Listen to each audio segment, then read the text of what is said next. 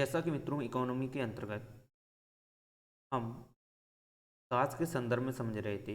इसके अंतर्गत मैंने आपको बताया सतत विकास क्या होता है, समावेशी विकास क्या होता है, संपोषणी विकास अर्थात धारणी विकास क्या होता है। ये विषय मैंने डिटेल से समझा था और आपको एक एक करके मैंने समझाया था कि किस प्रकार से ये जो विकास का जो क्रम है इसके अंतर्गत आने वाले जितनी भी प्रक्रियाएं हैं उन प्रक्रियाओं के तहत जो भी विकास का एक माध्यम होता है तो उनको मैंने स्पष्ट रूप से समझा दिया था। तो ये मेरे लेक्चर हो गया था और मैंने डिटेल से आपको बताया था कि हमारे देश का या अन्य देश में जो भी विकास का एक माध्यम है उस विकास का जो माध्यम रहता है उसके अंतर्गत आने वाले जो मुख्य कारक माना जाता है वो होता है संसाधन। और जब तक किसी देश में संसाधन नहीं है तो निश्चित तौर पर आप वो किसी भी प्रकार से देश की विकास की उम्मीद नहीं कर सकते हो। राइट। अगर कोई देश से अगर संसाधनहीन है, उसके पास पर्याप्त संसाधन नहीं है, तो आप ऐसे समझ लीजिए अगर नहीं है तो ऐसा नहीं है कि वो विकास नहीं कर पाएगा, लेकिन हाँ वो उस चीज़ का आयात करेगा। आवश्यकताएं हैं और आवश्यकताएं मनुष्य को कहीं ना कहीं रिसर्च कराती हैं और रिसर्च ही क्या है, एक विकास की जननी मानी जाती है। ओके, तो यही कारण है कि किसी भी देश में हो या भारत की बात हो उसके अंतर्गत आने वाले जो डेवलपमेंट है अर्थात प्रोग्राम विकास के हैं तो उसमें मैंने आपको बता ही दिया था, तो कोई जानने की और आवश्यकता नहीं है, डिटेल से समझाया था। आज का जो लेक्चर रहेगा इसके अंतर्गत हम रोजगार अर्थात बेरोजगार इन चीज़ों को समझने का प्रयास करेंगे। तो बेरोजगारी क्या होती है, ठीक है, और भारत में बेरोजगारी की क्या आंकड़े हैं, कौन आंकड़े जुटाता है और ये आंकड़ों का जो वर्तमान की स्थिति है वो किस प्रकार की है। राइट। पुरुष और महिलाओं में कितना डिफरेंस है, इसके अंतर्गत साथ ही साथ हम समझने का प्रयास करेंगे संगठित क्षेत्र क्या होते हैं, असंगठित क्षेत्र क्या होते हैं, क्योंकि संगठित क्षेत्र असंगठित क्षेत्र दोनों में बेसिकली डिफरेंस होता है। राइट, दोनों में डिफरेंस होता है, तो इसी को हम समझने का प्रयास करेंगे। और आप जानते हो कि कोई भी देश है तो उस देश के अंतर्गत अपनी एक इकोनॉमी होती है और उस इकोनॉमी में जो भी डेवलपमेंट के जो सेक्टर होते हैं वो अलग अलग होते हैं। तो उसमें जो भी देखा जाए जो भी व्यक्ति होते हैं तो क्या करते हैं उसमें अपना प्रेफरेंस देते हैं या उसमें कोई भी कार्य करते हैं। राइट, तो वो कार्य जब करते हैं तो निश्चित तौर पे कह सकते हैं कि वो एक रोजगार उसे प्राप्त है, चाहे वो प्राइवेट सेक्टर का हो या गवर्नमेंट का हो, उसे रोजगार है उसके पास में। ओके, दूसरी बात ये आती है कुछ ऐसा भी क्षेत्र होता है जैसे असंगठित क्षेत्र भी होते हैं। राइट, जो कहीं ना कहीं देखे जाए तो रोजगार को प्राप्त करने के लिए क्या है निरंतर प्रयत्नशील रहते हैं। ओके, लेकिन पूर्ण रूप से उनको रोजगार नहीं मिल पाता है क्योंकि ये जो रोजगार है ना असंगठित क्षेत्र का ये स्थायी नहीं होता है। राइट, ये एक अस्थायी प्रकृति का होता है। राइट, जबकि आप जानते हो संगठित क्षेत्र का जो रोजगार है ये एक प्रकार का देखा जाए तो स्थायी भी हो सकता है और अस्थायी भी हो सकता है, क्योंकि इसके अंतर्गत आप जानते हो कि ऐसा विशेष क्षेत्र आ जाता है जो व्यक्ति क्या करते हैं किसी सरकारी उपक्रम के अंतर्गत भी जॉब कर रहे हो या प्राइवेट कंपनियां जो होती हैं जो गवर्नमेंट में रजिस्टर्ड होती हैं, गवर्नमेंट जो कंपनी अधिनियम 1956 का होता है एक्ट है उसके तहत रजिस्टर्ड पंजीकृत होती हैं, तो उसमें जो भी कर्मचारी संलग्न हैं या जो कर्मचारी उसमें नियोक्ता के रूप में अपना काम कर्मचारी काम कर रहे हैं। राइट, तो वो व्यक्ति भी एक क्या हो जाएंगे, वो एक संगठित अर्थात रोजगार प्राप्त व्यक्ति माना जाता है। तो यही चीज़ें हैं। ओके, यही कारण है। तो इन बेसिकली इन चीज़ों को मैंने डिटेल से अब समझाने का हम प्रयास करेंगे। सबसे पहले एक चीज़ आप समझिए कि भारत देश में देखा जाए तो रोजगार के कौन कौन से अवसर देखे जा सकते हैं।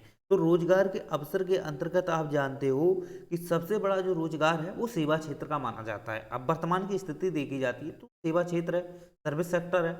सर्विस सेक्टर के अंतर्गत क्या होता है कि जो भी हम क्या करते हैं लेन देन करते हैं या हम कोई भी कम्युनिकेशन क्षेत्र विशेष में काम करते हैं या हम किसी से साथ जुड़ कर के हम क्या कर रहे हैं उस किसी आर्थिक क्षेत्र में डेवलपमेंट के लिए हम निरंतर प्रयत्नशील रहते हैं या हम काम कर रहे हैं, वही हमारा एक सेवा क्षेत्र होता है। हम किसी विशेष आंकड़े को नहीं हम ले सकते हैं। राइट, वो अलग अलग क्षेत्रों में सेक्टरों में लोग काम करते हैं, वो सेवा क्षेत्र में ही आ जाता है।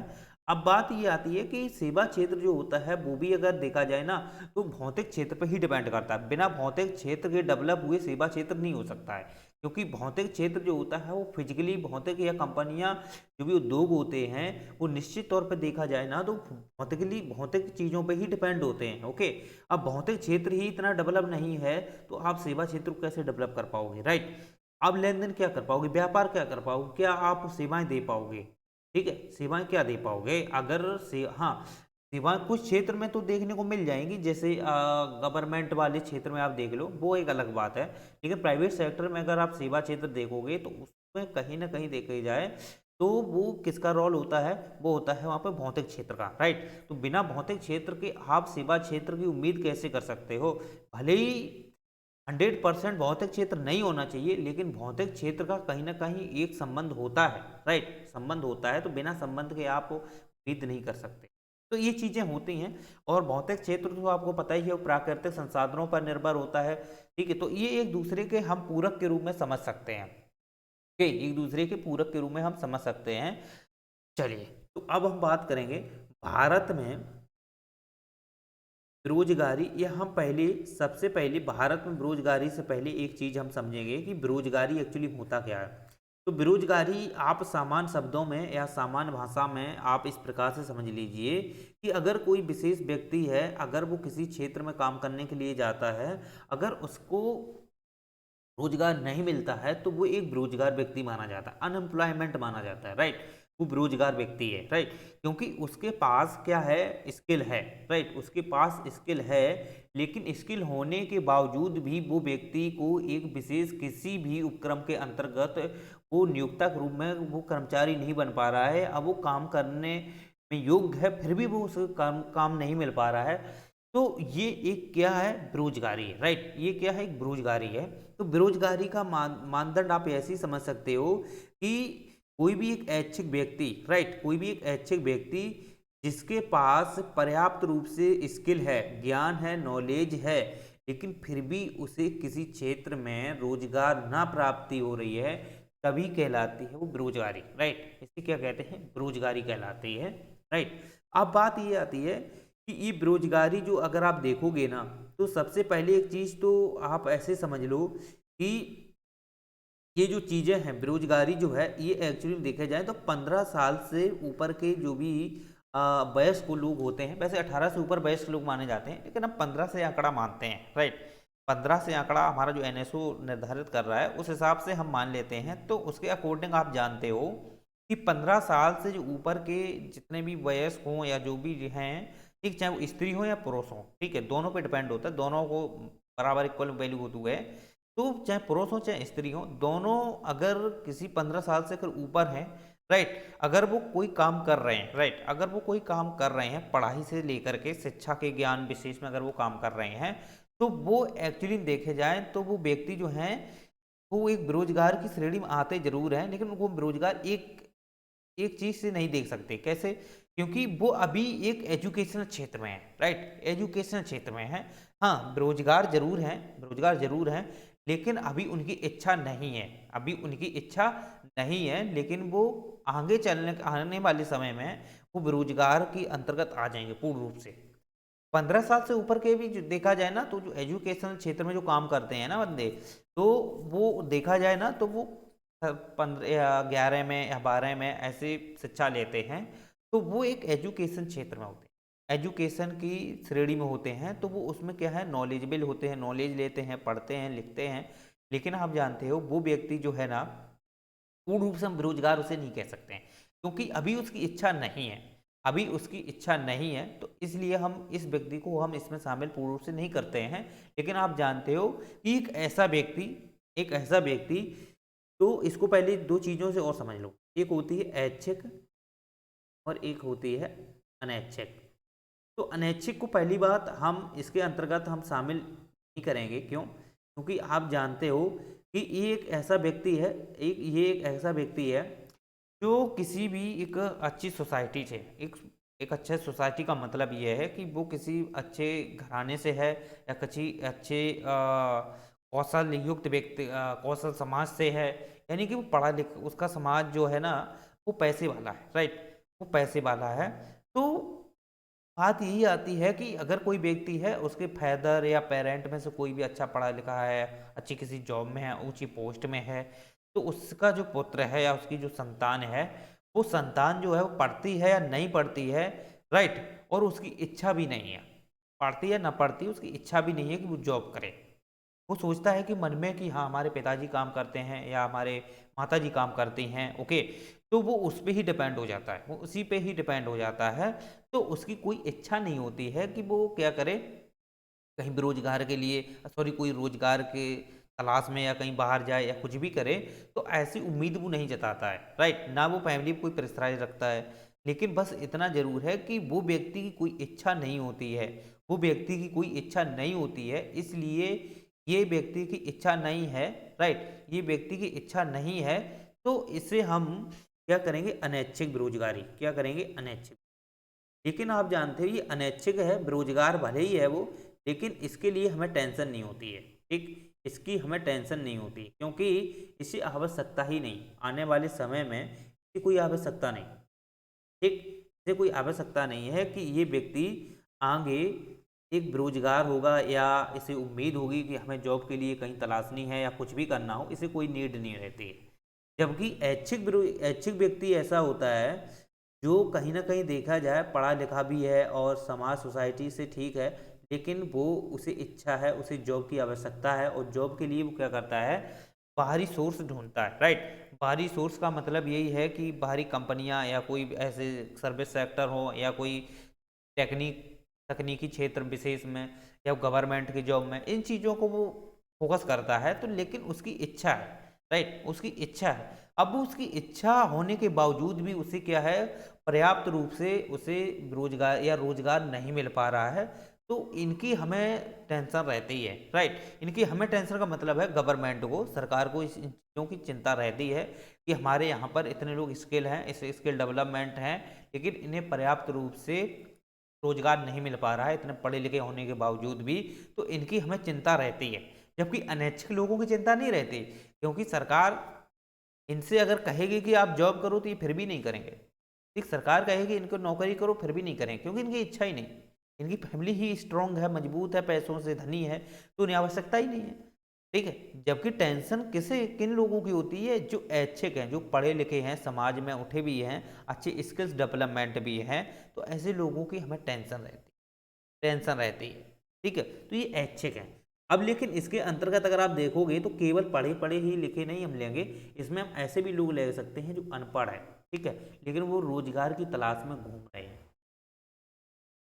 रोजगार की तलाश में घूम रहे हैं। एक मिनट वेट करो।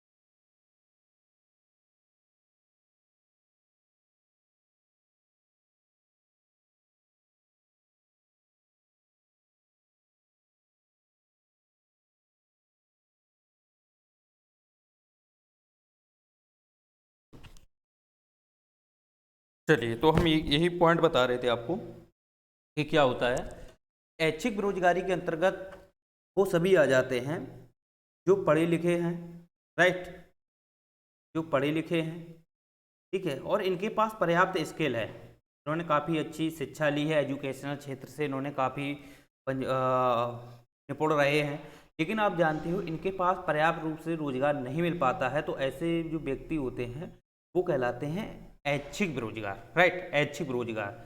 और इसी के अंतर्गत आप जानते हो ऐसे अनपढ़ व्यक्ति भी आ जाएंगे, ऐसी बात नहीं है कि अनपढ़ नहीं आती, अनपढ़ भी आ जाएंगे, इनकी भी इच्छा है, राइट, इनकी भी इच्छा है, और ये भी क्या करते हैं, अपने संसाधनों के लिए या अपनी आवश्यकताओं की पूर्ति के लिए बाहर जाते हैं, बाहर सोर्स ढूंढने के लिए जाते हैं, तो उन्हें लेकिन पर्याप्त रूप से उन्हें भी रोजगार नहीं मिल पाता है, तो ऐसे व्यक्ति जो कहलाते हैं ऐच्छिक बेरोजगार। लेकिन आप जानते हो इन व्यक्तियों को सबसे ज़्यादा गवर्नमेंट को सबसे ज़्यादा इनकी टेंशन रहती है, चिंता रहती है। सरकार ये सोचती है कि हमारे पास में इतने स्किल डेवलपमेंट व्यक्ति हैं या ऐसे असंगठित क्षेत्र के लोग हैं जिनके पास पर्याप्त रूप से थोड़ा कहीं ना कहीं नॉलेजेबल हैं, लेकिन उनके पास कहीं ना कहीं इन चीज़ों से वो बहुत अछूते हैं, उनको इतना नहीं मिल पा रहा है ताकि उन्हें हम कुछ रोजगार की व्यवस्था कर सकें। राइट, तो गवर्नमेंट इनके लिए प्रयास करती है, अलग बात है, लेकिन हम एक एक तरीका इस चीज़ का होता है कि अगर हम ऐच्छिक और अनैच्छिक में अंतर, बेसिक डिफरेंस यही है कि जिनकी इच्छा है और इच्छा के होने के बावजूद भी उसको रोजगार नहीं मिल पा रहा है। दूसरी बात है, अनैच्छिक व्यक्ति ऐसे होते हैं, तो मैं आपको बता ही दिया है, जिन्हें अगर आप रोजगार भी दोगे तो वो रोजगार पाने के वो हकदार नहीं है, अब रोजगार पाने की इच्छा ही नहीं रखते हैं, तो ऐसे जो व्यक्ति कहलाते हैं अनैच्छिक। ठीक है, तो इनकी सरकार को चिंता नहीं होती, गवर्नमेंट को बिल्कुल टेंशन नहीं होती है जो अनैच्छिक लोग होते हैं। लेकिन ऐच्छिक जो व्यक्ति होते हैं, पढ़े लिखे हैं और वो अच्छी सोसाइटी हैं, एजुकेशनल क्षेत्र से आते हैं, लेकिन इनको सरकार सरकार इनको प्रॉपर इनको क्या रोजगार उपलब्ध नहीं करा पाती है, तो ऐसे व्यक्ति जो है वो ऐच्छिक बेरोजगार माने जाते हैं। राइट, तो अब बात यही आती है कि सर, ये तो बात हो गई बेरोजगार की, तो बेरोजगारी की, और बेरोजगारी के अंतर्गत मैंने आपको बता ही दिया है, एक मिनट, बेरोजगारी के अंतर्गत मैंने आपको बता ही दिया है कि 15 साल से ऊपर के जो व्यक्ति होते हैं, ठीक है, तो इसमें तो कुछ लोग ऐसे होते हैं जो एजुकेशनल क्षेत्र से काम करते हैं, लेकिन आप जानते हो कि एजुकेशनल में जो लोग होते हैं तो उन पे सरकार की इतना टेंशन नहीं है, क्योंकि ये व्यक्ति जो हैं, ये 15 साल हैं, ये अभी 2-3 साल अभी पढ़ेंगे, अध्ययन करेंगे ठीक ठाक से, तो ये रोजगार नहीं माने जाएंगे। राइट, क्योंकि अभी ये स्किल में है, अभी ये स्किल कर रहे हैं। लेकिन सबसे बड़ी समस्या उन लोगों की आती है जो पढ़ चुके हैं और वो गवर्नमेंट की तलाश में या किसी भी संगठित क्षेत्र की तलाश में वो क्या कर रहे हैं, अपने को नौकरी की तलाश में ढूंढ रहे हैं। राइट, नौकरी ढूंढ रहे हैं, लेकिन उनको पर्याप्त गवर्नमेंट नौकरी नहीं मिला कर पा रही है या उनके लिए सुविधाएं नहीं दे पा रही है, तो इनकी सबसे ज़्यादा समस्या रहती है। राइट, और गवर्नमेंट इन चीज़ों को लेकर चिंताजनक रहती है। गवर्नमेंट ये भी सोचती है कि हम इनको लिए कौन सा ऐसा माध्यम अपनाएं या कौन सी ऐसी परियोजना स्थापित करें, राइट, तो इनके लिए हम स्किल डेवलपमेंट करा सकें। राइट, अब बात ये आती है कि इनको लेकर के हमारे यहाँ पर 2 क्षेत्र बनाए गए हैं ऐच्छिक को लेकर। ठीक, अनैच्छिक की हम बात नहीं करेंगे, ऐच्छिक की। तो ऐच्छिक जो बेरोजगार होते हैं,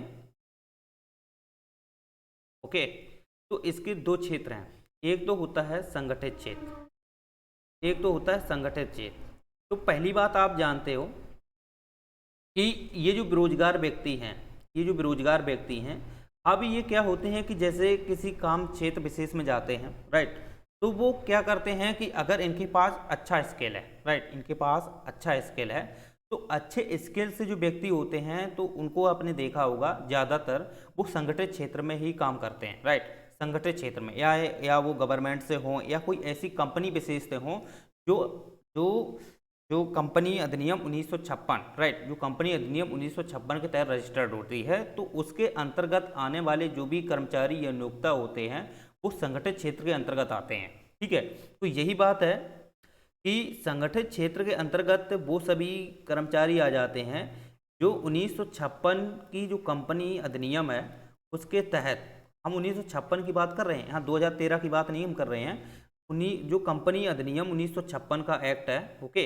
इस एक्ट के तहत क्या होते हैं, रजिस्टर जो कंपनियां रजिस्टर्ड होती हैं, ठीक है, उनमें जो नियोक्ता होते हैं, ओके, उनमें जो नियोक्ता होते हैं या कर्मचारी होते हैं वो सभी किस में आ जाते हैं, संगठित क्षेत्र में आ जाते हैं, वो सभी किस में आ जाते हैं, संगठित क्षेत्र में आ जाते हैं। अब ये संगठित जो क्षेत्र होता है, अगर इसको लेकर के अगर बात की जाए तो इसमें आप ऐसे मत समझिए कि ये संगठित जो क्षेत्र है इसमें कोई भी व्यक्तियों को शामिल कर लिया जाएगा, इसमें स्किल डेवलपमेंट व्यक्ति ही शामिल होते हैं। राइट, कोई भी कंपनी होती है ऐसी नहीं किसी को भी व्यक्ति को अपने का उसमें उसे ले लेगी या कोई भी व्यक्ति अनपढ़ हो उसे ले लेगी, ऐसा नहीं होता है। बस संगठित क्षेत्र आप जानते हो वही क्षेत्र कहलाता है जो 1956 कंपनी अधिनियम जो 1956 का होता है उसके तहत रजिस्टर्ड होती है। उसके अगर कोई कंपनी उसमें अगर रजिस्टर्ड नहीं है और उसमें अगर व्यक्ति कोई काम कर रहा है, राइट, काम कर रहा है, पहली बात तो ऐसी कंपनी अगर स्टैब्लिश होती नहीं है, अगर कोई भी कंपनी अगर स्टैब्लिश हो रही है तो निश्चित तौर पर आप समझ लीजिए कि वो कंपनी 1956 के अधिनियम तहत रजिस्टर्ड होगी ही, 100% है। ठीक है, रजिस्टर्ड होगी, भले ही उसे लाइसेंस की सुविधा ना दी जाए, लाइसेंस की तो गवर्नमेंट ने हटाई दी है, लाइसेंस की बात हम छोड़ रहे हैं यहाँ पे, केवल हम बात उसकी कर रहे हैं कंपनी अधिनियम 1956 के तहत। तो कंपनी अधिनियम 1956 के तहत अगर कोई भी कंपनी रजिस्टर्ड होती है तो उसके तहत अगर कोई भी काम कर रहा है बंदा या कोई नियोक्ता काम कर रहा है तो निश्चित तौर पर हम कह सकते हैं कि वो व्यक्ति है वो संगठित क्षेत्र के अंतर्गत है, राइट। अब संगठित क्षेत्र में अगर कोई व्यक्ति काम करता है, ओके, संगठित क्षेत्र में अगर कोई व्यक्ति काम करता है तो निश्चित रूप से आप उसके थोड़े लाभ समझ लीजिए। तो उसको गवर्नमेंट क्या क्या प्रोवाइड कराती है। तो पहली बात आप जानते हो कि आपने ईपीएफओ नाम सुना होगा, ईपीएफओ। तो आप जानते हो ईपीएफओ जो होता है या इसको हम बोलते हैं एम्प्लॉयमेंट फंड ऑर्गेनाइजेशन, ठीक है, आप इसको बोलते हैं एम्प्लॉयमेंट प्रोविडेंट फंड ऑर्गेनाइजेशन, ठीक है। तो ये जो है ना, ये क्या होता है कि जो संगठित क्षेत्र में जो कर्मचारी काम करते हैं तो उनसे संबंधित, जैसे आप जानते हो क्या होता है, पीएफ प्रोविडेंट फंड कटता है, राइट, जो भी है वर्तमान जैसे या 12% जो भी हो, पहले अब शायद गवर्नमेंट ने 12% कर दिया है, एक बार देख लेना, राइट। तो उसमें से संबंधित जैसे ईपीएफओ है तो उसका क्या करना है, उससे संबंधित आंकड़े जुटाना है या उसका किसी प्रकार से उसमें समाधान करना है। ये चीज़ जो होती है ना, ये ईपीएफओ करता है, वो संगठित क्षेत्र से संबंधित होता है, जबकि ईपीएफओ है वो असंगठित क्षेत्र से इसका कोई तात्पर्य नहीं होता है। क्योंकि यूपीएससी में ऐसा क्वेश्चन पूछा गया था कि ईपीएफओ जो है वो केवल संगठित क्षेत्र के लिए काम करता है, असंगठित क्षेत्र के लिए भी करता है। तो आप दिमाग में क्लियर कट बैठा लीजिए कि ये केवल केवल संगठित क्षेत्र में ही है, और संगठित क्षेत्र में जो भी नियोक्ता कर्मचारी होते हैं निश्चित तौर पर उनका पीएफ कटता है, यानी प्रोविडेंट फंड कटता है। तो प्रोविडेंट फंड क्या होता है, ये एक्चुअली में देखा जाए ना तो ये क्या होता है कि जो भी गवर्नमेंट में हो या कोई ऐसी कंपनी रजिस्टर्ड, कंपनी अधिनियम 1956 के रजिस्टर्ड कंपनी के तहत जो काम कर रहा है तो उनका क्या होता है कि ये पीएफ कटता है, प्रोविडेंट फंड कटता है, राइट। वो उसकी सैलरी से ही कटता रहता है, ठीक है, वो उसकी सैलरी से ही कटता रहता है। जब व्यक्ति रिटायरमेंट होता है तो उसे वही प्रोविडेंट फंड जो होता है उसमें कुछ बीमा लगा के गवर्नमेंट प्रोवाइड करा देती है। फिर वो बाद में जो भी देना हो 10 लाख 15 लाख जिस हिसाब से देती है, वो प्रोविडेंट फंड के अकॉर्डिंग वो 12% जो टैक्सेशन रूप में एक प्रोविडेंट फंड लेती रहती है संगठित क्षेत्र वाले लोगों को, तो वो बाद में क्या करती है, प्रोवाइड करा देती है बाद में, ठीक है, वो सुविधा दे देती है। वो इसीलिए देती है, ये एक प्रकार का देखा जाए ना तो ये इमरजेंसी के लिए होता है कि आने वाले समय में अगर हम प्रोविडेंट फंड नहीं लेते हैं तो निश्चित तौर पर ये व्यक्ति है, अगर इसको हम सैलरी पूरी रूप से देंगे तो ये हो सकता है भविष्य में ना बचत करा पाए, ठीक है। तो ये जब रिटायर होगा तो इसके जीवन में चुनौतियां खड़ी हो जाएंगी, ये प्रकार से पूर्ण रूप से फिर रोजगार की अवस्था में चला जाएगा। तो ये फिर इसी चीज के समाधान के लिए प्रोविडेंट फंड होता है, और ये रिटायरमेंट के जब होते हैं तब वो दिया जाता है, ओके। चलो, पहले आप जानते हो 2004 के पहले पेंशन भी दी जाती थी, प्रोविडेंट फंड के साथ साथ पेंशन भी सुविधा दी जाती थी, लेकिन अब पेंशन की जो सुविधा है वो बंद कर दी गई है, केवल सैन्य क्षेत्र में पेंशन बची है, राइट। अब देख लेना सैन्य क्षेत्र में भी भाई गवर्नमेंट ने खत्म करने की बात की थी, सैन्य क्षेत्र में भी ये पेंशन व्यवस्था अब नहीं होगी, ओके।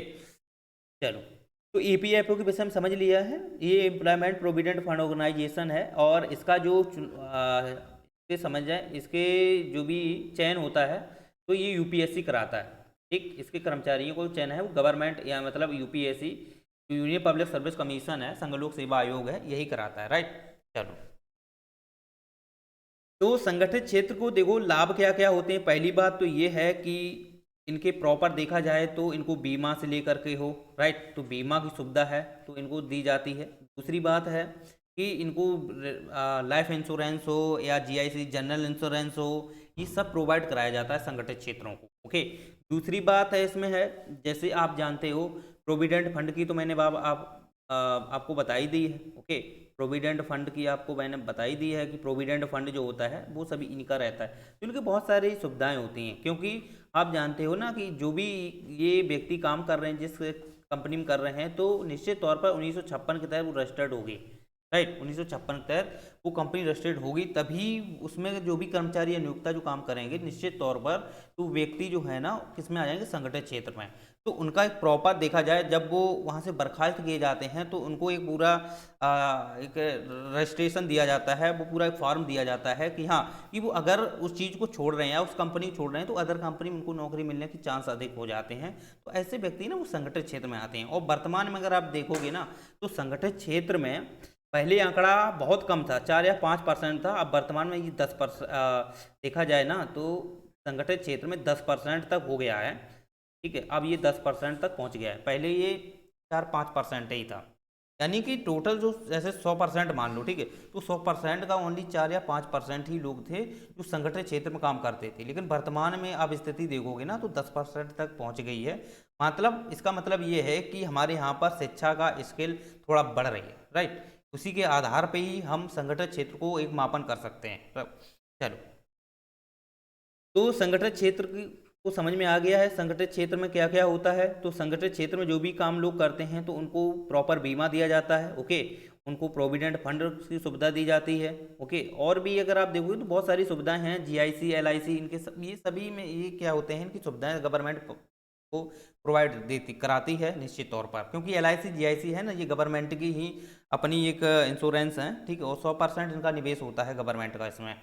चलिए, अब बात हम करते हैं दूसरी असंगठित क्षेत्र की। तो असंगठित क्षेत्र आप जानते हो ये एक प्रकार का ऐसा क्षेत्र होता है जहाँ पे अगर आप देखोगे ना तो सबसे ज़्यादा अगर लोग काम करेंगे तो असंगठित क्षेत्र में, और ये स्थायी नहीं होता है, आप ऐसे समझ लो, ये स्थायी नहीं होता है, एक प्रकार का अस्थायी प्रवृत्ति का होता है। क्योंकि लोग अगर काम करते हैं, जैसे आपने देखा हो कृषि ले लो, ठीक है, तो कृषि एक किसान के लिए स्थायी हम मान सकते हैं, ठीक है, लेकिन आप जानते हो ये प्रच्छन्न बेरोजगारी के अंतर्गत फिर आप शामिल कर लीजिए, तो ये एक अस्थायी प्रवृत्ति का मान सकते हैं, प्रॉपर हम स्थायी नहीं ले सकेंगे। क्योंकि 5 व्यक्ति या 10 व्यक्ति जितने भी अगर काम करेंगे तो निश्चित तौर पर अगर आप देखोगे ना तो उसमें काम करेंगे तो प्रच्छन्न बेरोजगारी है, तो हम कैसे उसको स्थायी मान लें।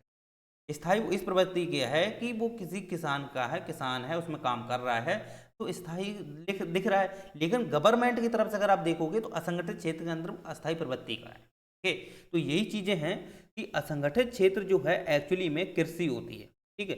तो कृषि क्षेत्र में अगर काम कर रहे हैं जैसे, ठीक है, जैसे और भी आप देखे हो सड़कों पे रेहड़ी लगाते हैं, या आपने देखा हो कि रेल पटरियों पे लोग काम करते हैं, ठीक है। तो ये एक असंगठित क्षेत्र में, और सबसे ज़्यादा अगर आप देखोगे तो असंगठित क्षेत्र में ही लोग आते हैं, क्योंकि हमारे यहाँ पर कृषि का जो आंकड़ा है, जो परसेंटेज अगर देखोगे तो ये बहुत ज़्यादा है, ठीक है। 73-74% जो लोग हैं सबसे ज़्यादा अगर देखोगे ना तो कृषि क्षेत्र में ही काम करते हैं, ठीक है। तो आप खुद समझ सकते हो कि कृषि में कितना लोग काम करते हैं, तो उसमें जितने भी लोग आएंगे ना वो सभी असंगठित क्षेत्र के ही अंतर्गत आ जाएंगे, और कृषि एक प्रकार का असंगठित क्षेत्र ही है, राइट। कृषि क्या है, असंगठित क्षेत्र ही है, और इसके अंतर्गत जितने भी लोग काम करेंगे, जितने भी काम करेंगे वो सभी क्या है, असंगठित क्षेत्र के अंतर्गत ही माने जाएंगे।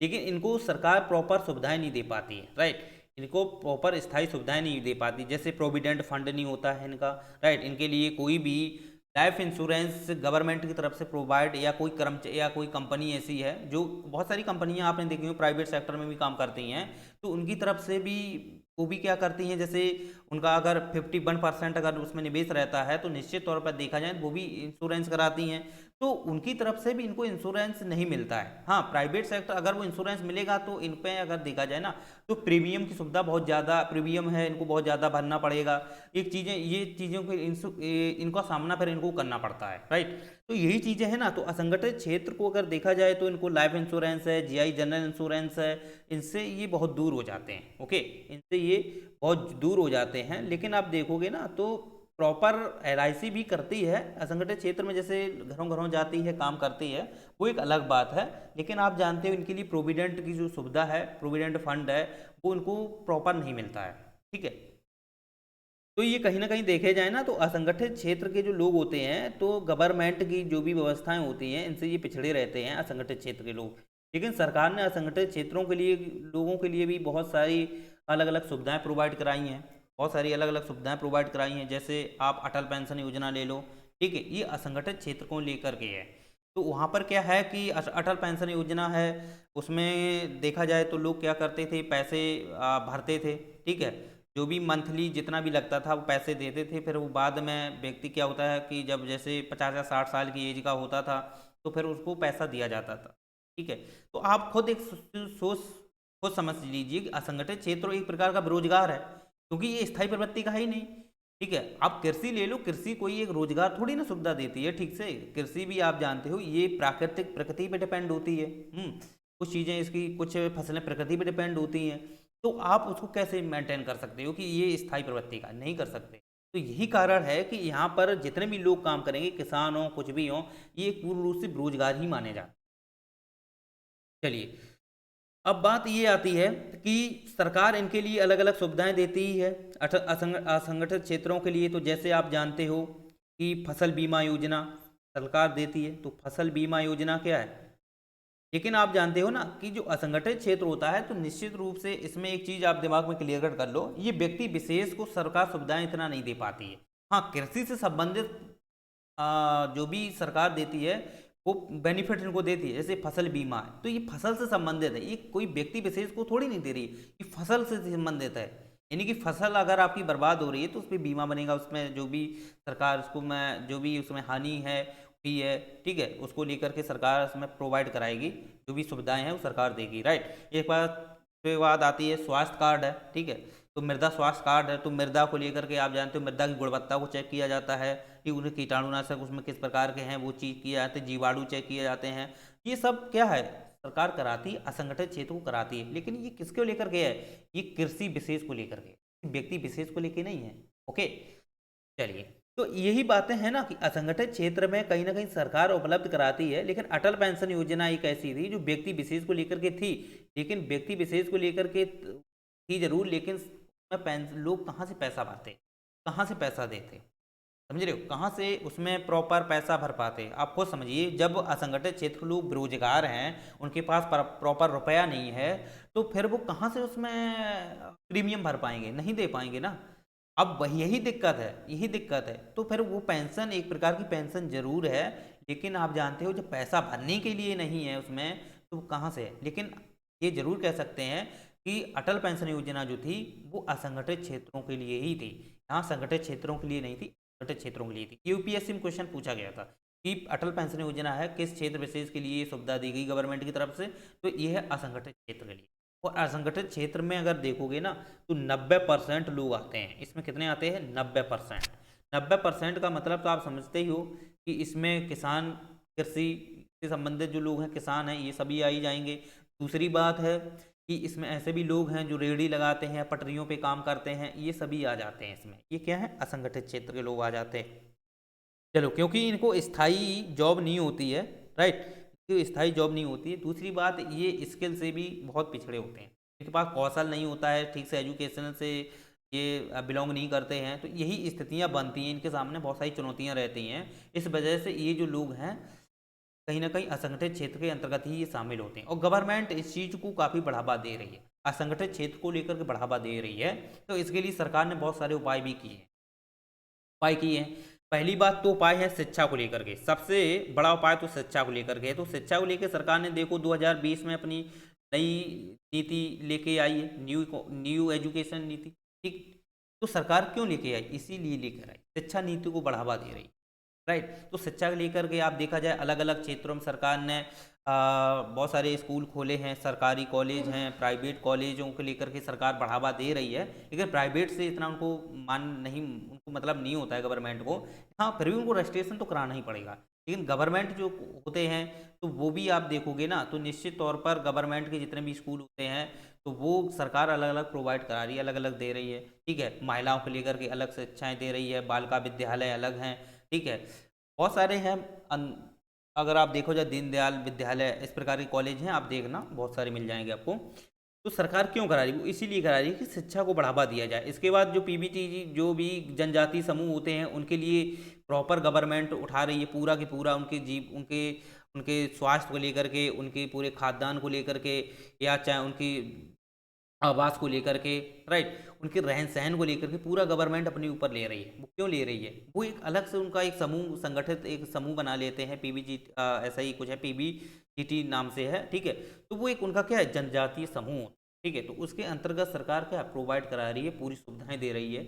इसीलिए दे रही है कि जो असंगठित क्षेत्र के लोग हैं, जो काफ़ी पिछड़े हुए लोग हैं, इनका थोड़ा क्या किया जाए, इनका समाधान किया जाए, इनके हित किया जाए, ठीक है, ताकि ये भी अपने जीवन में आपकी जीविका उपार्जन कर सकें, राइट, अपने आप को सर्वाइव कर सकें। तो इस हेतु सरकार क्या करती है, निरंतर इनके लिए प्रयास करती है, इनका अलग अलग बहुत सारी इनको परियोजनाएं स्थापित करते हुए इनको प्रोत्साहन देती है, राइट। चलिए, तो उम्मीद करते हैं आपको समझ में आया होगा। अब बात ये आती है कि असंगठित क्षेत्र को लेकर के अभी वर्तमान में सरकार ने ई श्रम पोर्टल देखो चलाया था, ठीक है। तो ई श्रम पोर्टल में वर्तमान में देखा जाए ना तो 27.9 करोड़ क्या हैं इसमें पंजीकृत व्यक्ति हैं, राइट। तो सरकार क्या करती है, ई श्रम पोर्टल अभी लॉन्च 2021 में किया गया था। और आप जानते हो असंगठित क्षेत्र से या संगठित क्षेत्र से जो भी काम सरकार करती है तो ये क्या होता है, जो अधिकारिता मंत्रालय है, ठीक है, एक बात देखना, अधिकारिता मंत्रालय है वही काम करता है इसके अंतर्गत, ठीक है। तो अधिकारिता जो मंत्रालय है वो प्रॉपर इस पर स्पष्ट काम करता है और उसकी जिम्मेदारी होती है कि अगर संगठित और असंगठित क्षेत्र से संबंधित अगर कोई भी पोर्टल लाना हो या किसी प्रकार की उन्हें अलग अलग तरीके से वित्त निगम देना हो, ठीक है, तो ये सरकार कौन करता है, एक अधिकारिता जो मंत्रालय होता है, ठीक है, वो काम करता है। चलिए, तो ई श्रम आपको समझ में आ ही गया होगा। इसके बाद और भी है, जैसे मैंने आपको फसल बीमा योजना बताई दी है, इसके बाद ई श्रम पोर्टल है, अटल पेंशन योजना है, ठीक है, ये काफ़ी है, बहुत सारी हैं। अटल पेंशन योजना है, फिर इसके बाद है प्रधानमंत्री श्रम धन योजना है, श्रम मानधन योजना, ऐसे ही कुछ नाम से है, हाँ वो भी है।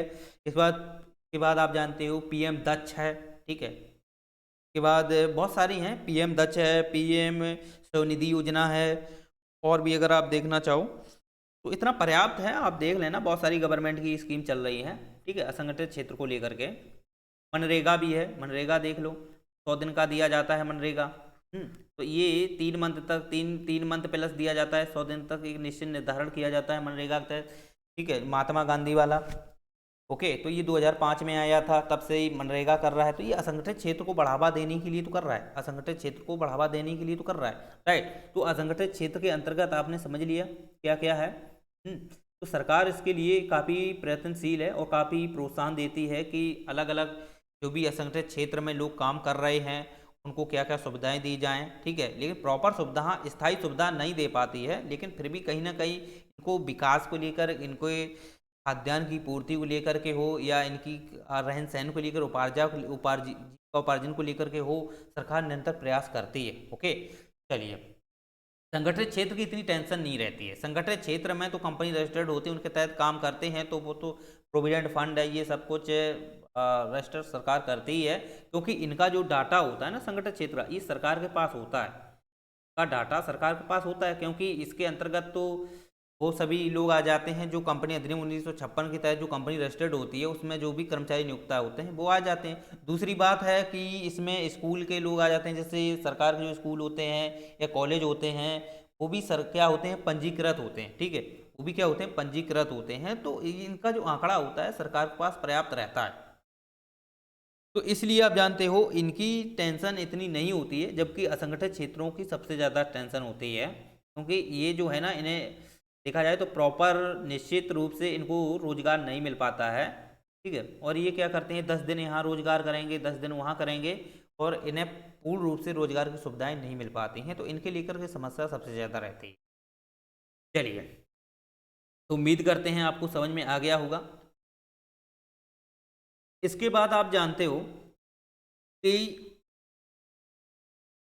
इससे संबंधित जैसे आंकड़ा होता है, तो इसके संबंधित जो आंकड़े जो होता है, जैसे आप जानते हो कि जो बेरोजगारी से संबंधित आंकड़ा है, तो इसके लिए जो NSSO होता है, यानी नेशनल सर्वे सैंपल ऑर्गेनाइजेशन, ये नमूना, मतलब एक नमूना जुटाता है, ठीक है, ये बेरोजगारी के जो नमूना जुटाता है, तो ये भी अगर आप देखोगे ना तो ये उस समय नमूना जुटाता है, जैसे क्या होता है कि जब जनगणना होने को होती है तो उससे पहले ये आंकड़ा देता है, राइट, ठीक है, उससे पहले ये आंकड़ा देता है कि किन क्षेत्रों में कैसा कैसा बेरोजगारी है, तो उस हिसाब से जनगणना जब की जाती है तो जनगणना के आधार पर जो NSSO क्या करता है उसका आंकड़ा देता है, राइट। तो ये बेरोजगारी का आंकड़ा ये भी NSSO जुटाता है। जबकि अब निश्चित अगर आप देखोगे ना तो अभी 2017 से NSO ने क्या किया है, एक आवधिक श्रम बल जो सर्वेक्षण लागू किया है 2017 से, तो वो क्या कर रहा है, अब इस क्षेत्र विशेष में काम कर रहा है बेरोजगार में, तो वो भी देखता है, आंकड़े देता है। तो वो क्या करता है, एक रिपोर्ट है, वो NSO की रिपोर्ट है, नेशनल जो स्टैटिस्टिकल जो ऑर्गेनाइजेशन है, ठीक है, उसकी एक प्रॉपर रिपोर्ट है, वो है आवधिक श्रम बल सर्वेक्षण, ठीक। तो वो क्या है, वो अगर आप देखोगे ना तो पुरुष और महिलाओं को दोनों पे जारी करता है। और वो क्या करता है कि महिलाओं और पुरुष में ये देखता है कि महिलाओं को लेकर कितनी बेरोजगारी है, पुरुष को लेकर कितनी बेरोजगारी है, दोनों के बीच एक कंपेरिजन करते हुए वो आंकड़ा जुटाता है, राइट।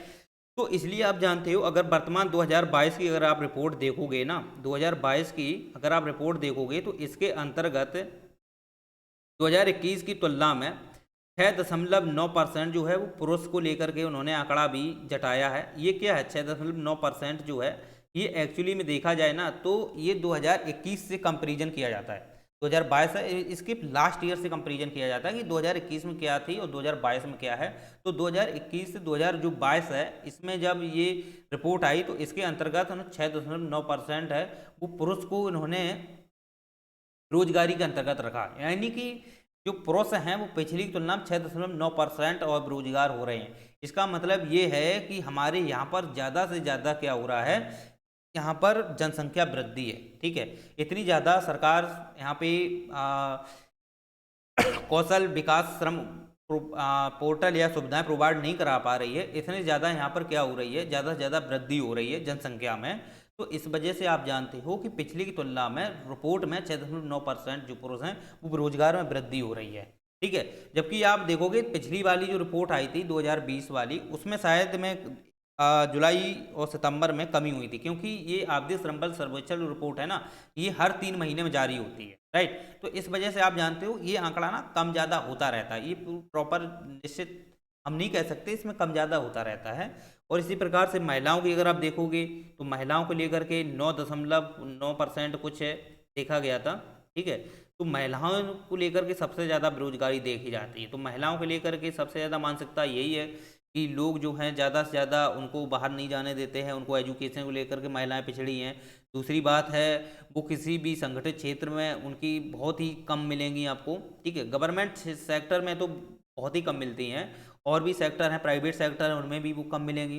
तो महिलाओं को लेकर सबसे ज़्यादा चिंताजनक आंकड़े मिलते हैं, क्योंकि महिलाओं को लेकर के लोगों में मानसिकता ही रहती है कि बाहर काम नहीं करना देते हैं, और वो सबसे ज़्यादा है वो घर में ही काम करती हैं। तो घरेलू स्तर पे ही काम करती हैं, और घरेलू स्तर का काम आप जानते हो जीडीपी में नहीं जुड़ता है, ठीक। और पहली बात तो ये भी है कि वो लगभग में पुरुषों से 13 मतलब पुरुषों से दुगना वो काम करती हैं, 13 घंटा उनका मतलब ऐसा आंकड़ा जुटाया जाता है। तो ये प्रॉपर होता है उनका, ठीक है। पुरुषों से महिलाएं ज़्यादा काम करती हैं, लेकिन महिलाओं का किसी भी प्रकार से घरेलू स्तर का जो काम है वो जीडीपी में नहीं जुड़ता है। अगर अभी रिपोर्ट आई थी, हाँ अभी रिपोर्ट आई थी, तो उसमें रिपोर्ट में ये कहा गया था अगर महिलाएं जो हैं अगर प्रॉपर पुरुषों के समान अगर काम करने लगें तो जीडीपी में 60% की वृद्धि हो जाएगी। आप खुद सोच सकते हो कि हमारे यहाँ पर इतना युवा लोग होने के बावजूद भी भारत की स्थिति इस प्रकार की है। धीरे धीरे भारत भले ही ग्रोथ कर रहा है, लेकिन महिलाओं को लेकर के बहुत ज़्यादा चिंताजनक आज भी आंकड़े हैं। लैंगिक समानता आज भी बहुत ही क्या है, बहुत ही विरक्त है। आप खुद समझ सकते हो इस चीज़ को लेकर के। WEF की रिपोर्ट देखना उसके आधार पर। चलो, तो यही चीज़ें हैं ना कि सरकार प्रॉपर काम करती है, लेकिन सरकार जो है ना इस प्रकार के सटीक आंकड़े नहीं दे पाती है। और पहली बात आप जानते हो कि जब भी जनगणना होती है, राइट, जब भी जनगणना होती है तो जनगणना में देखा जाए तो हर 10 साल में जो भी जनगणना की जाती है, तो वो जनगणना में जब आंकड़े जुटाए जाते हैं तो वहाँ पर पे प्रॉपर जब नाम दर्ज ये सब कुछ होता है, ठीक है, तो वहाँ पर जो लोग होते हैं तो उनकी मानसिकता यही होती है। तो यही मानसिकता उनकी जो है वो विरक्त प्रवृत्ति की होती है। एक प्रकार से ऐसे समझ लो, ग्रामीण क्षेत्र में देख लो तो ग्रामीण क्षेत्रों में क्या होता है कि जब भी जनगणना वाले लोग जाते हैं काम करने, वहाँ पे अपना जाते हैं डाटा जुटाने जाते हैं, तो उनको प्रॉपर डाटा नहीं मिलता है। तो सबसे बड़ी समस्या तो यहीं पर है। तो ये क्यों है, यहाँ पे शिक्षा की गुणवत्ता में कमी है। हमारे यहाँ पर परंपरागत चीज़ें ज़्यादा रही हैं, उनका विद्यमान वो ज़्यादा रही हैं, तो उनकी स्थितियों के आधार पर लोग जो हैं वो आज भी उसी चीज़ों को लेकर के जी रहे हैं। तो इस वजह से आप जानते हो कि यहाँ पर मानसिकता को लेकर के या लोगों की परंपरागत प्रक्रियाओं को लेकर के आज भी स्थिति काफ़ी दयनीय प्रकृति की है। तो आप खुद सोचिए, ठीक है। तो अगर इससे संबंध अगर आंकड़ा अगर प्रॉपर मिलता रहे ना तो सरकार उस हिसाब से काम करे। जब आंकड़ा ही प्रॉपर नहीं मिलता है तो सरकार उसी हिसाब से काम करती है। जब उसी हिसाब से काम करेगी तो फिर उससे जितने भी सरकार से जो भी उनको प्रोवाइड कराती है तो वो प्रॉपर हर एक व्यक्ति तक नहीं पहुंच पाता है। भले ही ब्यूरोक्रेसी प्रयास करती है, लेकिन फिर भी आप जानते हो इससे काफ़ी लोग अछूते रह जाते हैं, और इसी वजह से आज भी देश जो है ना कहीं पिछड़ता है। ठीक है। और दूसरी बात, हमारे यहाँ पर जनसंख्या में बहुत ज़्यादा वृद्धि, प्रॉपर वृद्धि होती जा रही है। अब यूएनओ की रिपोर्ट देख लो, भारत को लेकर के कितनी ज़्यादा जनसंख्या में वृद्धि हुई है। 2025 तक आप देखोगे तो चीन को भी पीछे कर देगी। चलिए, तो ये स्थितियां हैं ना, सबसे ज़्यादा हैं, और इसी की वजह से हमारे यहाँ पर असंगठित क्षेत्र बढ़ता जा रहा है। असंगठित इसी वजह से बढ़ रहा है, जनसंख्या वृद्धि सबसे ज़्यादा है। दूसरी बात है, हमारे यहाँ पर उत्कृष्टता को लेकर के बहुत कमी है, शिक्षा की गुणवत्ता को लेकर के बहुत कमी है, जागरूकता को लेकर के बहुत कमी है हमारे यहाँ पर। ठीक है, भले ही यहाँ पर ई पेपर को लेकर के हों या डिजिटली पेपर हों, इनसे लोगों को जागरूक कराया जा रहा है, लेकिन आप जानते हो हमारे यहाँ पर सबसे ज़्यादा है शिक्षा की कमी, शिक्षा की कमी। दूसरी बात है, हमारे पास ग्रामीण क्षेत्रों की अगर बात की जाए तो ग्रामीण क्षेत्रों के पास में लोग जो है वो जागरूक नहीं है। दूसरी बात और भी अगर आप देखोगे तो उनके पास पर्याप्त निधि नहीं है ताकि वो उन लोगों को शिक्षा दे पाएँ। ये चीज़ें हैं, अलग अलग हैं, तो इनकी वजह से आप जानते हो कि सरकार हर एक क्षेत्र में विशेष काम कर रही है, लेकिन फिर भी आप जानते हो कि उस स्थिति का परिणाम आपको देखने को नहीं मिलता है जिस हिसाब से होना चाहिए। ठीक है, चलो, तो उम्मीद करते हैं आपको समझ में आया है भारत में बेरोजगारी की स्थिति क्या है, भारत में संगठित क्षेत्र क्या होता है, असंगठित क्षेत्र क्या होता है, ऐच्छिक अनैच्छिक क्या होता है, इनके विषय में मैंने आपको डिटेल से समझा दिया है। चलिए, और अगर आप देखोगे ना तो एडवांस चीज़ें में अगर इसमें अगर जानना हो तो निश्चित तौर पर अगर आप देखोगे तो क्या होता है कि जैसे आप जानते हो कि एडवांस में भी अगर आप लेना चाहो तो अनैच्छिक के अंतर्गत अगर लेना चाहो, हम एडवांस में बता रहे हैं क्योंकि ये चीज़ें ना एडवांस में हैं। ठीक है, देखो अनैच्छिक जो लोग होते हैं, जैसे वो बेरोजगार हैं, राइट, वो बेरोजगार हैं लेकिन वो खुद कहते हैं कि मुझे रोजगार की आवश्यकता नहीं है।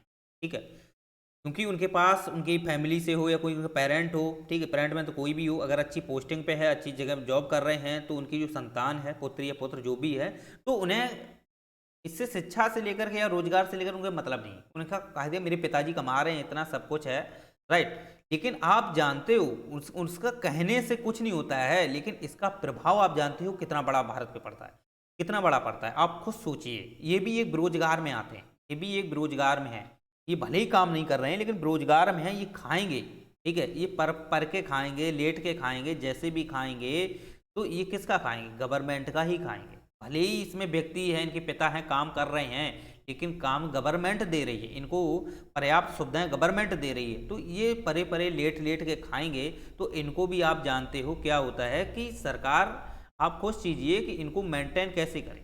इनकी ये तो अनैच्छिक हैं, लेकिन आप जानते हो इनसे क्या प्रभाव पड़ता है, बहुत सारे आपको प्रभाव देखने को मिल जाएंगे। जैसे आप जानते हो, पहला प्रभाव तो आप इसका इस प्रकार से कर सकते हो कि ये जब काम नहीं करते हैं, राइट, ये जब काम नहीं करते हैं तो आने वाले समय में पहली बात ये बेरोजगार में वृद्धि करेंगे, राइट, बेरोजगार में वृद्धि करेंगे। दूसरी बात ये है कि इससे मार्केट पे प्रभाव पड़ता है, राइट, इससे क्या है, मार्केट पे प्रभाव ये पड़ता है कि इनके पास तो देखा जाए तो शिक्षा को लेकर के एक तो कमी हो जाती है। क्यों? क्योंकि जो व्यक्ति भले ही शिक्षार्थी हो, शिक्षा ली हो, राइट, लेकिन वो अगर किसी भी क्षेत्र विशेष में अगर काम नहीं करेगा तो धीरे धीरे क्या है कि उसकी जो शिक्षा है वो शिक्षा क्या हो जाए, वो उस चीज से विहीन हो जाएगा, राइट, वो शिक्षा से दूर हो जाएगा। तो पहली दूसरी बात तो ये कि वो शिक्षा से दूर हो जाएगा, राइट। और अगर आप देखोगे ना, इसके बाद उसके पास पर्याप्त स्किल नहीं, या आप शिक्षा के अंतर्गत ले लो, स्किल से भी वो पिछड़ जाएगा। और इसके बाद क्या होता है कि बेरोजगार की बेरोजगार है, दूसरी बात स्किल से भी पिछड़ जाएगा। इसके बाद जो आर्थिक विकास जो होता है ना, तो आर्थिक विकास के अंतर्गत जो भी उपागम लिए जाते हैं, उन उपागम के अंतर्गत आप जानते हो क्या होता है कि जैसे रोजगार की वृद्धि होती है। इसके बाद आप जानते हो कि इसका एक संबंध मुद्रास्फीति से भी होता है, राइट, मुद्रास्फीति से भी होता है, क्योंकि जब वो व्यक्ति काम विशेष नहीं करेगा, अगर गवर्नमेंट रोजगार दे भी रही है और वो काम नहीं कर रहा है, तो इससे क्या होता है कि सरकार रोजगार देने के बावजूद वो काम नहीं कर रहा है, तो इसका एक डिफरेंट इम्पैक्ट ये पड़ जाता है कि वो मुद्रास्फीति पर इसका सीधा इम्पैक्ट हो जाएगा जाके, ठीक है, लेकिन वो दूर से होता है, वो समझ में नहीं आएगा, वो एक बहुत ही दूर से होता है। ओके, तो आप सीधा सीधा माइंड में सेट कर लीजिए। तो कई चीज़ें आपको एडवांस में मिल जाएंगी, लेकिन आप जानते हो इससे बहुत सारे इफेक्ट पड़ते हैं, इससे बहुत सारे इफेक्ट पड़ते हैं। चलिए, लेकिन सरकार को इनके इनको लेकर टेंशन नहीं होती है, सरकार को बस इनको टेंशन होती है ऐच्छिक। ठीक है, ये पढ़े लिखे भी हैं, स्किल डेवलपमेंट है, लेकिन इनके पास पर्याप्त सरकार नहीं कर पा रही है। फिर भी सरकार ने इनके लिए बहुत सारी योजनाएं हैं, जैसे कि प्रधानमंत्री कौशल विकास योजनाएं हैं। ठीक है, सरकार ने इन्हीं के लिए पर्याप्त दी है, कौशल दिया है। ठीक है, इनको सरकार पूरा पूरा सरकार ही इसका खर्चा उठाती है कि कौशल देना है, तो उस कौशल के अंतर्गत आप जानते हो उनको कंप्यूटर का नॉलेज देना है। ठीक, उन्हें ज्ञान देना है, फिर उनको उनके लिए फिर अलग से नौकरी भी देना होता है।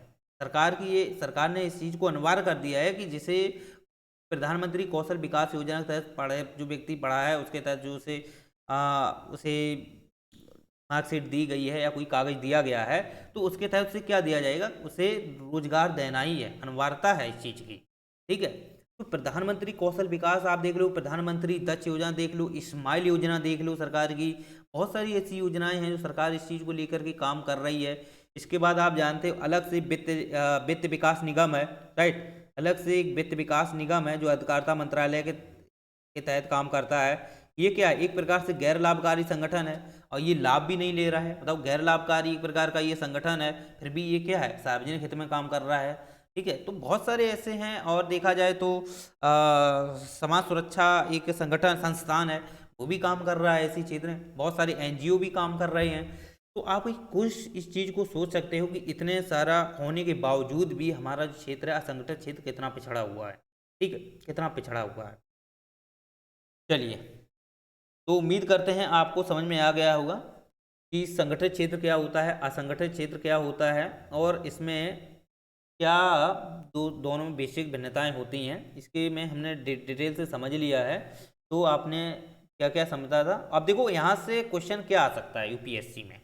तो यूपीएससी में मैंने आपको बताया था, पिछली बार जो क्वेश्चन आया था वो यही पूछा गया था, ईपीएफओ जो है, ठीक है, वो किन क्षेत्र में काम करता है, असंगठित में या संगठित में। तो दिमाग में क्लियर कर लो, वो संगठित क्षेत्र में काम करता है, क्योंकि प्रोविडेंट फंड जो होता है वो संगठित क्षेत्र में जो काम कर रहे लोग होते हैं उनका ही कटता है, असंगठित क्षेत्रों से उसका कोई मतलब नहीं होता। ठीक है, चलिए, इसके बाद आप जानते हो कि ये पूछा जा सकता है कि ई श्रम पोर्टल जो है वो किन के लिए बनाया गया था। तो ई श्रम पोर्टल भी असंगठित क्षेत्र के लिए ही था। ठीक है, असंगठित क्षेत्र में जो काम कर रहे हैं उनके लिए था, लेकिन आप जानते हो इसमें संगठित क्षेत्र लोगों ने भी फॉर्म फिल किए हैं, आपको समझ सकते हो। चलो,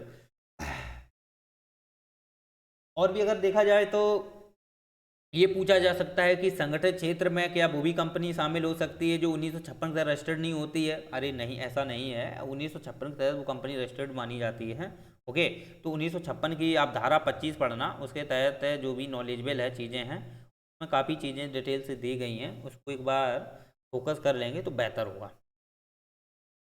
चलो, और अगर इसमें जानना हो तो खैर कोई इतना पर्याप्त है आप लोगों के लिए। और वित्त विकास निगम से क्वेश्चन आ सकता है, तो मैंने आपको बता ही दिया है, अधिकारिता मंत्रालय है, उसके तहत ये काम करता है। और आप जानते हो ये एक प्रकार का गैर लाभकारी संगठन है।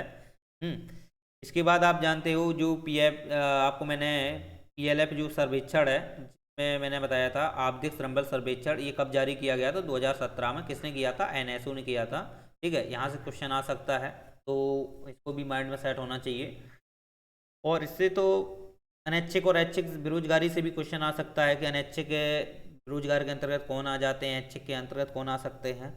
क्योंकि ये चीज़ें भले ही आपको सरल लग रही हो, लेकिन ये बहुत ही डीपली हैं। ठीक है, अब हम बात करेंगे बेरोजगारी के प्रकार। चलो, तो बेरोजगारी की देखो प्रकार में अलग अलग प्रकार की बेरोजगारी होती है। जैसे आप जानते हो संरचनात्मक बेरोजगारी क्या होती है, ठीक है, चक्रीय बेरोजगारी क्या होती है, उसके बाद घर्षण बेरोजगारी क्या होती है, प्रच्छन्न बेरोजगारी क्या होती है। इसको थोड़ा समझेंगे क्योंकि यहाँ से यूपीएससी जरूर क्वेश्चन पुट करता है, और हर बार क्वेश्चन मैंने देखा है यहाँ से आया है, तो हम छोड़ेंगे नहीं, अब बहुत डिटेल से समझा देंगे ताकि यहाँ से क्वेश्चन आपका कोई छूटे ना। ओके, चलिए,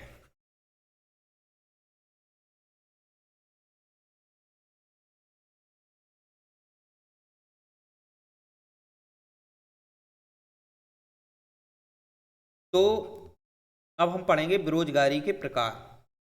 तो बेरोजगारी के प्रकार में आपको पता होना चाहिए। पहला आता है इसके अंतर्गत प्रच्छन्न बेरोजगारी। तो प्रच्छन्न बेरोजगारी आपने सुनी हो या नहीं जानते हो, इसके विषय में हम थोड़ा बताना का प्रयास करेंगे। आप जानते हो कि हमारे यहाँ पर जो प्रच्छन्न बेरोजगारी है, इससे संबंधित अगर आप आंकड़े देखोगे ना, तो ये देखने को आपको कृषि से संबंधित मिलेंगे। ठीक है, वो कृषि एक प्रकार का ऐसा सेक्टर है ना, यहाँ पर जितने भी लोग हैं ना, अगर आपके घर में 4 हों या 5 हों या 10 हों, सभी खेती में काम करने लग जाएंगे। ठीक है, और सभी खेती में काम करेंगे तब भी उत्पादन ही उतना होगा, अगर एक व्यक्ति काम करेगा फिर भी उतना ही उत्पादन होगा। इसका मतलब आप थोड़ा सामान्य शब्दों में समझ लीजिए। जैसे अगर हम ऐसे समझाएं एग्जाम्पल के तौर पर, जैसे ये एक खेत है, राइट, ये एक खेत है और इस खेत में कोई फसल है। ठीक है, इस खेत में कोई फसल है। अब इस फसल में क्या होता है, या फसल को भी ले सकते हैं। ठीक है, या हम एक खेत ये ले लो। ठीक है, एक खेत ये ले लो। ठीक है, अब क्या होता है कि जैसे एक खेत ये है, एक खेत ये है, तो यहाँ पर क्या होता है कि जो लोग हैं जैसे कृषि समुदाय से हैं, ठीक, उनका व्यवसाय कृषि ही है। अब वो क्या करते हैं कि इसमें काम करते हैं। ओके, इसमें क्या करते हैं, वो काम करते हैं। तो आप इस चीज़ से खुद समझ सकते हो कि अगर एक व्यक्ति है वो भी खेत में काम कर रहा है, अब उस घर में 4 व्यक्ति हैं तो वो भी उसमें काम कर रहे हैं, लेकिन इससे किसी प्रकार के कोई प्रभाव नहीं हो रहा। इसका मतलब, प्रभाव का मतलब है उत्पादन पर। ठीक है, जैसे आप एग्जाम्पल में ले लो कि एक व्यक्ति जैसे आप ऐसे समझ लो, एक घर में 5 सदस्य थे। ठीक है, और 5 सदस्य जो हैं वो किसी खेती में काम कर रहे हैं। ठीक, वो खेती में क्या कर रहे हैं, काम कर रहे हैं। लेकिन आप जानते हो जब वो खेती में काम करते हैं तो इनके द्वारा जो मेहनत की गई है, ठीक है, इनका जो श्रम है, ठीक है, तो इनका श्रम का जो रिजल्ट है, परिणाम है, वो एक्चुअली में देखा जाए तो उस खेत में जितना भी उत्पादन हुआ है उस आधार पर इनका मापन है। ठीक है, उस आधार पर इनका एक मापन किया गया है। यानी कि मापन आप ऐसे ले लो जैसे 20 कुंटल या जैसा जो भी उत्पादन हुआ है, या कोई भी फसल ले सकते हो। अब क्या होता है कि अगले आने वाले समय में फिर से कृषि होती है तो उसमें एक व्यक्ति काम कर रहा है, राइट, एक व्यक्ति काम कर रहा है, तब भी 20 कुंटल ही गेहूं हो रहे हैं या 20 कुंटल ही फसल हो रही है। तो इसका मतलब ये है कि जब वो 5 व्यक्ति काम कर रहे थे तब भी फसल की गुणवत्ता में उतनी ही थी, फसल की गुणवत्ता ही भी उतनी ही थी। लेकिन जब एक व्यक्ति काम कर रहा है फिर भी उतना ही गुणवत्ता है, उतना ही उत्पादन है। तो आप इस चीज़ से क्या समझिए कि जो ये 4 व्यक्ति हैं, ये 4 व्यक्ति हैं, ये क्या है, बेरोजगार हैं। ठीक है, ये क्या है, बेरोजगार हैं। इसका मतलब ये है कि प्रच्छन्न बेरोजगारी है, यानी कि प्रच्छन्न बेरोजगारी है, ये एक प्रकार से ये देखी जाए ना तो ये उत्पादन की कमी के आधार पर इसको दर्ज की जाती है, ये प्रच्छन्न बेरोजगारी। यानी कि एक प्रकार की ये छिपी है। ठीक है, एक प्रकार की ये छिपी है। लोग काम तो कर रहे हैं, काम तो कर रहे हैं, लेकिन उत्पादन एक व्यक्ति कर रहा है तब भी उतना ही हो रहा है, 4 व्यक्ति कर रहे हैं फिर भी उत्पादन उतना ही हो रहा है। तो ये जो 3 व्यक्ति हैं, जो 4 व्यक्ति हैं, जो एक्स्ट्रा उसमें काम कर रहे हैं, तो वो तो बेरोजगार ही माने जाएंगे कि नहीं। लेकिन वो बेरोजगार दिखते नहीं, क्यों, क्योंकि वो भी खेती में काम कर रहे हैं, कृषि में काम कर रहे हैं, श्रम बल उतना ही दे रहे हैं, निरंतर मेहनत कर रहे हैं। ठीक है, लेकिन आप जानते हो उत्पादन जो है वो उतना ही हो रहा है। ठीक है, 2-4 % बढ़ने से घटने से कुछ नहीं होता है, कुछ नहीं होता है। ओके, लेकिन आप जानते हो यही उत्पादन की जो परसेंटेज दर है, अगर वो ज़्यादा अगर प्रॉपर में डिफरेंस होती है, ओके, तो आप कह सकते हो कि प्रच्छन्न बेरोजगारी नहीं है। लेकिन आप जानते हो उत्पादन भी उतना ही हो रहा है, तो उत्पादन भी उतना ही हो रहा है और लोग भी निरंतर उसमें संलग्न हैं, काम कर रहे हैं, पर्याप्त मेहनत दे रहे हैं, पर्याप्त रूप से अपनी ऊर्जा खर्च कर रहे हैं। लेकिन आप जानते हो उनसे उनका जो परिणाम है, उनका जो रिजल्ट है उस हिसाब का नहीं मिल पा रहा है। तो ये जो लोग कहे जाएंगे ये बेरोजगार कहे जाएंगे, लेकिन ये बेरोजगार दिखते नहीं ना, क्योंकि ये कृषि में लगे होते हैं। ठीक है, इस वजह से आप इस चीज़ को समझ सकते हो। ये प्रच्छन्न बेरोजगारी है, ये यूपीएससी में क्वेश्चन पूछा गया था। ठीक है, प्रच्छन्न बेरोजगारी में ऐसा पूछा गया था, उत्पादकता में कमी। यानी कि उत्पादकता में कमी का मतलब ये है कि उस हिसाब से लोग काम कर रहे हैं लेकिन उस हिसाब से उत्पादन नहीं हो रहा। एक व्यक्ति काम कर रहा है फिर भी उत्पादन है, और 4 व्यक्ति काम कर रहे हैं फिर भी उतना ही उत्पादन है। तो इसका मतलब ये है कि 4 लोग व्यक्ति जो काम कर रहे हैं उनके हिसाब से जो उत्पादन है उसमें कमी है। ठीक है, उनके हिसाब से उत्पादन में कमी है। एक व्यक्ति काम कर रहा है उसके हिसाब से तो ठीक है। अब मान लो 4 व्यक्ति काम कर रहे हैं तो फिर भी उत्पादन है, तो उनके आधार पर अगर आप जो अगर उत्पादन देखोगे ना तो फिर तो कम है ना। तो यही कहलाती है प्रच्छन्न बेरोजगारी, यानी कि बेरोजगार बेरोजगार ना दिखने के बावजूद भी बेरोजगार माने जाते हैं। ठीक है, प्रॉपर तो नहीं दिखेंगे लेकिन वो बेरोजगार ही माने जाते हैं। चलिए, दूसरी आती है संरचनात्मक बेरोजगारी। और संरचनात्मक बेरोजगारी अगर आप देखोगे ना, ये बहुत ही इंपॉर्टेंट मानी जाती है। ठीक है, और ये इसका जो संबंध है वो सीधा सीधा आपको मार्केट में मिल जाएगा। ठीक है, मार्केट में उद्योगों से इसका जुड़ाव रहता है। ठीक है, आप जानते हो क्या होता है मार्केट, अगर निश्चित तौर पर क्या होता है उद्योग होते हैं। अब उद्योग क्या होते हैं, उद्योग में लोग काम करते हैं। ठीक है, उनका एक प्रॉपर अपना मार्केट होता है। एक देखा हो प्रशासनिक मूल्य के आधार पर गवर्नमेंट डिसाइड करती है, और जो मार्केट के मूल्य जो भी देखा जाए निजी व्यक्ति भी निजी कंपनियां जो होती हैं वो मार्केट प्राइस वो अपना डिसाइड कर लेती हैं। ठीक है, वो उस आधार पर बेचती हैं। तो उद्योगों में ही संरचनात्मक बेरोजगारी देखने को मिलती है। जैसे आप जानते हो क्या होता है कि एक व्यक्ति है, ठीक है, एक व्यक्ति है तो वो व्यक्ति जो है एक्चुअली में देखा जाए वो व्यक्ति जो है और एक उद्योग है। ठीक है, तो वो व्यक्ति और उद्योग के बीच में जो नौकरी का एक अंतराल होता है वो उसको संरचना बेरोजगारी में शामिल करते हैं। एग्जाम्पल के तौर पर देख लीजिए कि जैसे एक उद्योग है, ओके, अब उस उद्योग में क्या होता है कि लोग काम करने जाते हैं, नौकरियां ढूंढने की तलाश में जाते हैं, नौकरी काम करने जाते हैं। तो उसमें क्या होता है कि मार्केट के आधार पर, क्योंकि आप जानते हो कोई भी उद्योग होता है वो डिपेंड मार्केट पर होता है। जैसे मार्केट में ज़्यादा से ज़्यादा क्या होगी, बिक्री होगी, उसकी डिमांड बढ़ेगी, उतना ही सप्लाई होगी, तो उतने ही प्रॉपर लोगों की वहाँ पे क्या होगी, आवश्यकता पड़ेगी। ठीक है, अब उद्योग डिपेंड मार्केट पे ही होते। अब मार्केट में उस हिसाब की मांग नहीं है। ठीक है, सप्लाई सप्लाई भले ही ठीक ठाक हो लेकिन मांग ही नहीं है, तो सप्लाई क्या काम है। तो उत्पादन भी इतना ज़्यादा क्यों उद्योग करेंगे, क्यों इतना प्रोडक्ट बनाएंगे, राइट। तो वहाँ पर इतना ज़्यादा जो रोजगार भी सुविधाएं नहीं हो पाएंगी।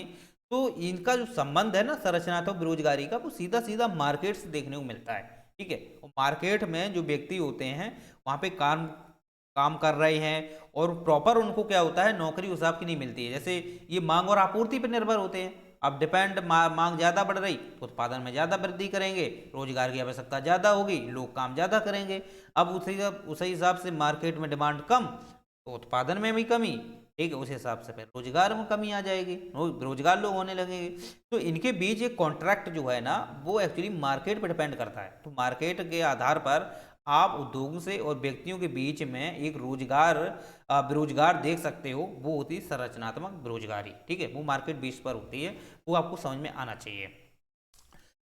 इसके बाद आप जानते हो तीसरी है, जैसे आप जानते हो मौसमी बेरोजगारी भी होती है। तो ये तो कुछ फालतू की है, ये तो मौसम पे डिपेंड करती है कि कब वर्षा हो कब ना हो, फसल के आधार पर है। ठीक है, इसको कोई पढ़ना नहीं है।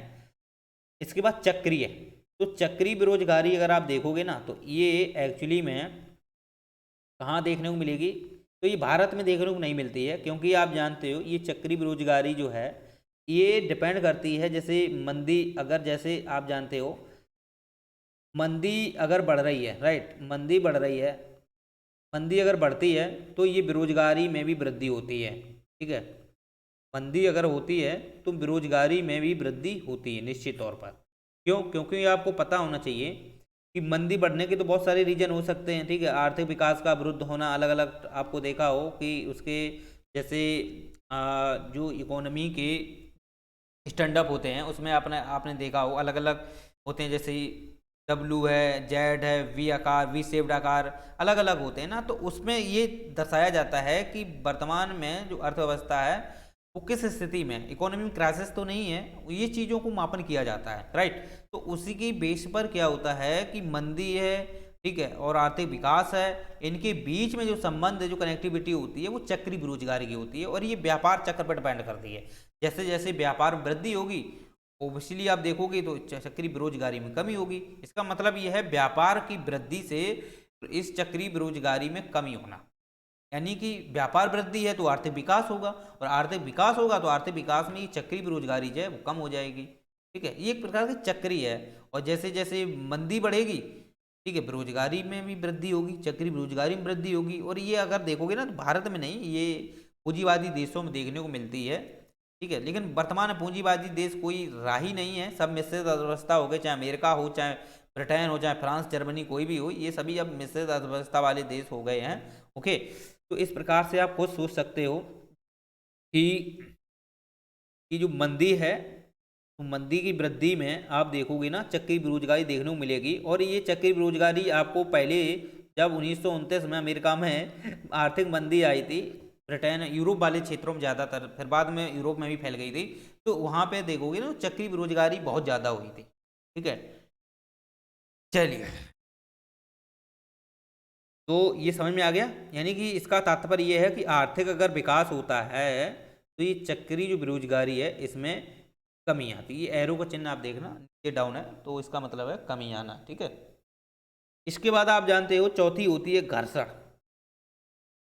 तो घर्षण बेरोजगारी क्या होती है, इसे अगर आप देखोगे तो ये एक्चुअली में देखा जाए ना तो ये एक प्रकार से ऐसी बेरोजगारी है जब कोई व्यक्ति नौकरी की तलाश में बाहर के लिए घूमता है। ठीक है, नौकरी की तलाश में बाहर के लिए घूमता है, लेकिन आप जानते हो उसे प्रॉपर किसी विशेष क्षेत्र में नौकरी नहीं मिलती है। लेकिन ये आप खुद समझ सकते हो, घर्षण जो है ना ये कभी यूपीएससी में पूछा नहीं गया है, लेकिन बस ये है, ऐसे समझ लो इसे टू द पॉइंट से।